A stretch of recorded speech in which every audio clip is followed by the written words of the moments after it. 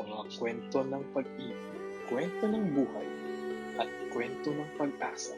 Hatid sa inyo ng Moment of Romance.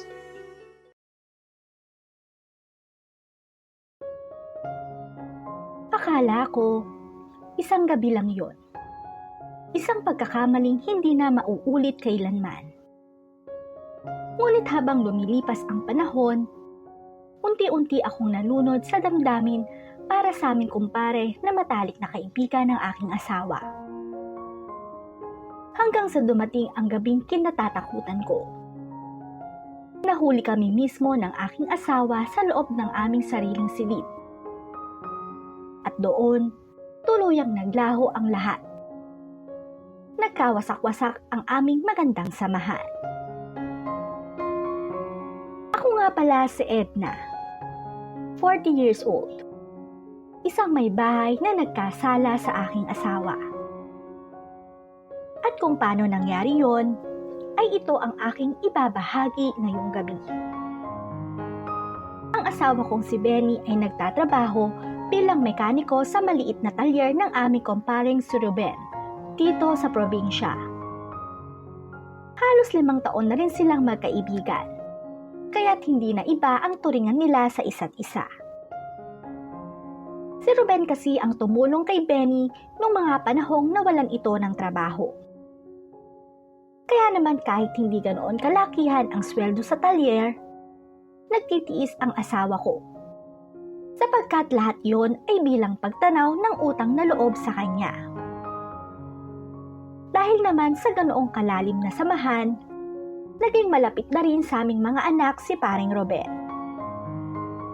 Sa katunayan ay isa siya sa mga ninong ng aming anak.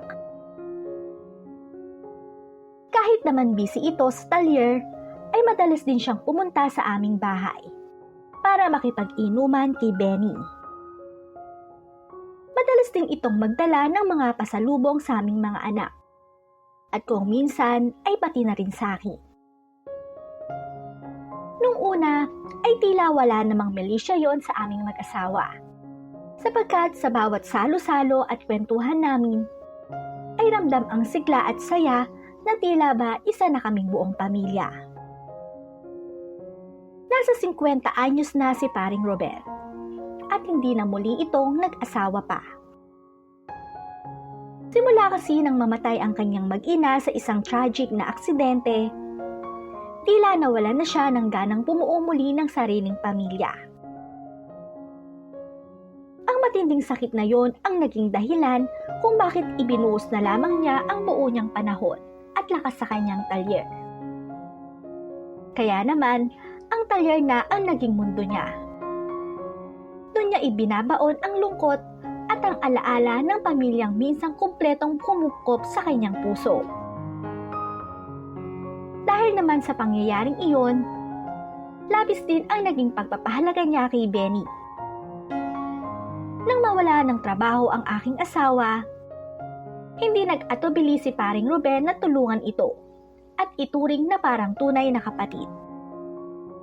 Sa paningin ni paring Ruben, kami ni Benny ang pamilyang wala sa kanya.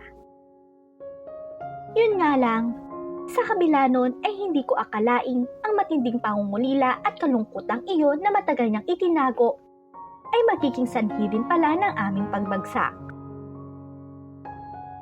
Sa mga sandaling kami lang ang magkasama, nakikita ko sa kanyang mga mata ang isang lalaking nauuhaw sa aruga at pagmamahal. Isang damdaming dahang-dahang lumampas sa hangganan ng pagiging magkumpare namin. At doon, sa gitna ng kanyang nakaraan at ng aking sariling kabawasan bilang may bahay, unti-unting nabuo ang isang delikadong ugnayan na wawasak sa lahat ng aming pinagsamahan. Simple lang akong babae, morena, balingkinita ng pangangatawan, kahit medyo maliit ang aking dibdib. Hindi ako yung tipong kapansin-pansin sa gitna ng maraming tao. Ngunit sapat na ang aking simpleng ganda para may ilang napapatingin. Sa kabila ng aking tahimik na pamumuhay, kailanman ay hindi ko inakalang darating ang araw na magiging sanhi ako ng isang matinding gulo. Bilang isa kasing may bahay, nakatutok lang ang mundo ko sa pang-araw-araw na gawain at sa pag-aalaga sa aking pamilya. Subalit sa likod ng aking pagiging mahinhin at simpleng anyo, may mga damdaming hindi ko namamalayang unti-unti palang nagigising. Mga damdaming magdadala sa akin sa isang delikadong tukso at magpapabago sa ikot ng aming buhay. At nagsimula iyon nang minsang ihatid ni paring Ruben si Benny nang malasing ito. Gabi na noon at umuulan pa ng malakas. Nagulat na lang ako nang may kumatok sa pinto at pagbukas ko, nakatayo roon si paring Ruben habang inaalalayan ang asawa kong halos hindi na makalakad sa labis na kalasingan. Agad ko silang pinapasok at tinulungang mailagay si Benny sa aming silid. Pagtapon ni Benny sa kama, agad itong nakatulog ng mahimbing at nagsimulang humilik. Napahinga ako ng malalim habang nagpapasalamat kay paring Ruben. Pasensya ka na kumare, medyo naparami ang inom ni paring Benny habang nagkwekwentuhan kami sa talyer. Malumanay na sabi ni paring Ruben habang nagpupunas ng basang braso. Napansin kong basang-basa rin ang kanyang damit dahil sa ulan. Nako, wala yon pare. Ako nga ang dapat nagpasalamat sa iyo dahil hinatid mo pa siya ng ligtas. Tugon ko habang kumuha ng malinis na tuwalya para ipahiram sa kanya. Sa pag-abot ko ng tuwalya, bahagyang nagkasagi ang aming mga kamay. Sa halip na agad bumitaw, nagkatitigan kami ng ilang segundo. Sa kauna-unahang pagkakataon, naramdaman ko ang kakaibang init sa kanyang mga tingin. Isang tingin na puno ng paghanga at pagnanasa na matagal ko nang hindi nararamdaman mula sa sarili kong asawa. Ang swerte talaga ni paring Benny sa'yo, kumare. Napakabait mo na at napakaganda pa. Mahinang bulong niya habang dahang-dahang humakbang ng mas malapit sa akin. Nanigas ako sa aking kinatatayuan. Mabilis ang kabog ng aking dibdib habang nakatitig sa kanyang mga mata. Alam ng isip ko na dapat akong lumayo.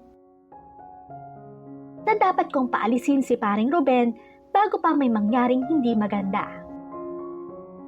Pero ewan ko ba, tila napako ang mga paa ko at tila nawalan ako ng lakas para tumanggi. Dahang-dahang itinaas ni paring Ruben ang kanyang kamay at hinawi ang ilang strands ng buhok na nakatakip sa aking mukha. Ang bawat taplos ng kanyang mainit na daliri sa aking pisngi ay parang kuryenteng gumagapang sa buo kong katawan. Matagal ko nang gustong sabihin sa iyo to, mare. Bulong niya nang mas malapit pa. Araw-araw kitang nakikita sa talyer tuwing naghahatid ka ng pagkain. At araw-araw kong tinitiis na tingnan ka lang mula sa malayo. Sa mga sandaling yon, naghalo ang takot at pananapik. Ang mga salitang yon na matagal ko nang hindi naririnig mula kay Benny. Ang pakiramdam na may nakakakita sa kagandahan ko at nagpapahalaga sa akin bilang babae ang naging kahinaan ko. Sa totoo lang, wala naman akong masasabing masama sa aking asawa. Maliban nga lang sa pagkahilig nitong uminom ng alak. Sapagkat kahit madalas siyang lasing, ay responsable at napakaalaga naman niyang ama sa aming mga anak. Sa katunayan ay hindi niya nga kami pinapabayaan at ginagawa niya ang lahat para maibigay ang aming mga pangangailangan. Sa makatuwid, hindi nagkukulang si Benny bilang haligi ng tahanan. Yun nga lang, sa paglipas naman ng mga taon, naging pader ang aming paulit-ulit na gawain. Nawala ang lambing, ang mga simpleng usapan, at ang mga tingin na nagpaparamdam sa akin na ako'y isang babaeng mahalaga pa rin. Ang mga bagay na yon, mga bagay na hindi ko nakuha sa malamig na gabi habang tulog si Benny dahil sa kalasingan, ang pilit na pinunan ni paring Ruben. Mare, napakaswerte talaga sa'yo ni paring Benny. Hindi ka lang magaling mag-alaga sa kanya, kundi napakabait pa. Kaya naman inggit na inggit ako sa kanya eh. Mahinang bulong pa niya, habang dahang-dahang inilalapit ang kanyang mukha sa akin. Ang mga salitang iyon ay parang musikang pumasok sa aking pandinig. Simula kasi nang magkaanak kami ni Benny, para bang unti-unting nabawasan ang lambingan sa aming dalawa. Sa tuwing uuwi siya mula sa talyer, halos pagod na siya at agad na nakakatulog. Kaya tila nawala na kami ng panahon para sa isa't isa. Kaya naman ang mga simpleng papuri at atensyon mula kay paring Ruben ay naging parang malamig na tubig sa natutuyo kong puso.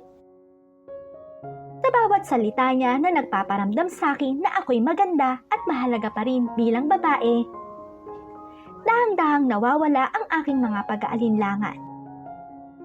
Hanggang sa unti-unti akong nadala sa magagandang salitang yon.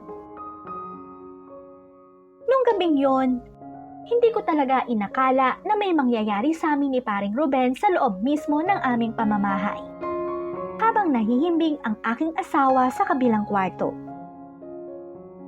Nung mga oras kasing yon, para bang nawala na lang ako bigla sa aking wisyo. Ang bawat matamis na salita at haplos ni paring Ruben ay parang alak na nakakalasing at nagpalimot sa akin kung sino ako at kung ano ang tama at mali. At kahit na ang utak ko ay sumisigaw na huwag pumayag sa kanya, ngunit ang puso at katawan kong matagal nang nauhaw sa atensyon at lambing ay tuluyan ng sumuko. Sa gitna ng kadiliman ng aming sala, bawat galaw at bulong ay may kasamang matinding kaba. Halo-halong emosyon ang lumamon sa akin. Ang init ng pagnanasa na matagal kong hindi naramdaman at ang lamig ng matinding takot na makapiglang magising si Benny at lumabas ng silid. Kaya naman nang matapos ang lahat at dahang-dahang lumabas si paring Ruben ng pinto, tila doon lamang bumalik ang aking wisyo. Naiwan akong nanginginig sa gitna ng sala. Hawak ang aking dibdib na halos sumabog sa matinding pagsisisi. Dahan-dahan akong pumasok sa aming silid at tinitigan ang aking asawa. Nahihimbing pa rin si Benny. Walang kamalay-malay na ang matalik niyang kaibigan at ang babaeng pinagkatiwalaan niya ay katatapos lamang gumawa ng isang malaking pagtataksil. Ilang hakbang lamang mula sa kanyang higaan. Dahan-dahan akong tumabi sa kanya. Yumakap at tahimik na umiyak sa dilim.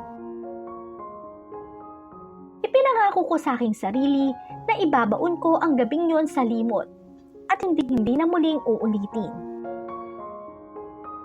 Ngunit hindi ko alam na ang gabing iyon pala ang magiging simula ng isang lihim na laro na unti-unting wawasak sa aming buong pamilya.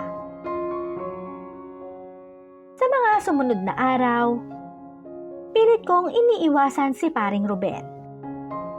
Tuwing pupunta siya sa bahay para makipagkita kay Benny, nagkukunwari akong busy sa kusina.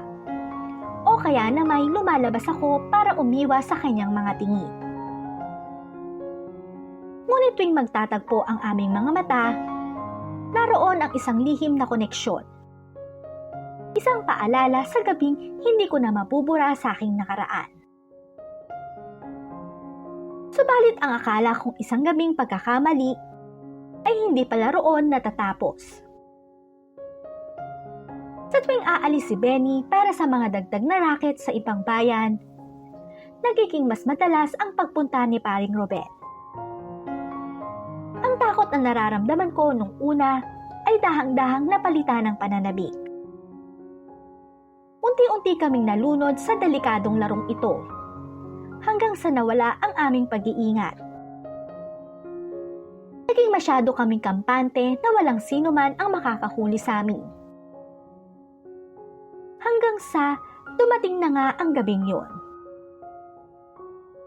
Sinabi ni Benny na bukas pa ng umaga ang uwi niya mula sa kumpuni sa Karatig Bayan. Dahil sa pagkakataong iyon, pinalipas ko si paring Ruben sa aming bahay. Buong kumpiyansa namin ginawa ang aming lihim na gawain sa mismong silid na pinagsasaluhan namin ng aking asawa. Ngunit hindi pa man lumalalim ang gabi, biglang tumunog ang trangka ng aming pinto sa labas. Nausami ang biyahe ni Benny dahil nagkasakit daw ang kanyang kasama. Bago pa man kami nakabangon at nakapag-ayos ni Ruben, dahang-dahang bumukas ang pinto ng aming silid. Naroon si Benny. Ang pagod sa kanyang mukha ay mabilis na napalitan ng matinding gulat. Nanlalamig na sakit, galit na walang katulad. Nabitawan niya ang bitbit niyang bag. Walang anumang salitang lumabas sa kanyang bibig.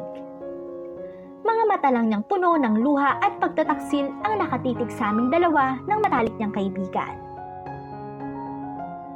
At doon, sa mismong silid na yon, tuluyan nang nagkawasak-wasak ang aming pamilya, ang aming dangal at ang lahat ng aming pinagsamahan. Parang binuhusan ako ng yelo sa aking kinatatayuan. Hindi ako makagalaw, hindi ako makahinga, at ni hindi ko kayang tingnan ng diretso ang mga mata ni Benny. Si Ruben naman ay mabilis na nag-ayos ng sarili at pilit na nagpaliwanag. Ngunit isang mahinang iyak at iling lang ang isinagot ni Benny bago ito dahang-dahang tumalikod at lumabas ng bahay. Hindi siya sumigaw, hindi siya nakipag-away, at ang tahimik na galit at sakit na iyon ang mas lalong pumatay sa akin. Mabilis na umalis si Ruben matapos yun. Puno rin ng hiya at takot. Naiwan ako sa gitna ng silid. Mag-isa, nanginginig at luhaan. Doon ko natanto ang tunay na halaga ng aking ginawa. Para sa panandaliang lambing at atensyong hinanap ko, pinalitan ko ang loyalty ng isang mabuting asawa at ang katahimikan ng aming pamilya. Lumipas ang mga araw, linggo at buwan. Hindi na muli pang bumalik si Benny sa aming bahay. Nabalitaan ko na lamang na lumipat na siya sa malayong lalawigan upang doon na magsimula muli. Putol na rin ang komunikasyon nila ni paring Ruben. At ang talyer na dating puno ng kwentuhan at tawanan ay tuluyan ng nagsara at naiwan na lang na abandonado. Ang aming mga anak, pagkamat sinikap kong alagaan at protektahan, ay ramdam ang malaking kawalan sa aming tahanan. Sa tuwing magtatanong sila kung kailan uuwi ang kanilang ama, wala akong maibigay na sagot, kundi ang tahimik na pag-agos ng aking mga luha. Ngayon, sa tuwing titingin ako sa salamin, hindi na ang simpleng ganda ng isang morenang babae ang nakikita ko, kundi ang isang taong bumagsak dahil sa sarili niyang kahinaan. Nakuha ko man ang atensyong hinanap ko nung gabing iyon, kapalit naman nito ang buo kong buhay. Isang matinding aral na habang buhay kong dadalhin, na ang panandaliang tukso ay kailanman hindi katumbas ng totoong pagmamahal at tiwala na oras na mabasag ay hindi na muling mabubuo. Hanggang dito na lang ang aking kwento. Ang inyong tagapagbahagi, Edna.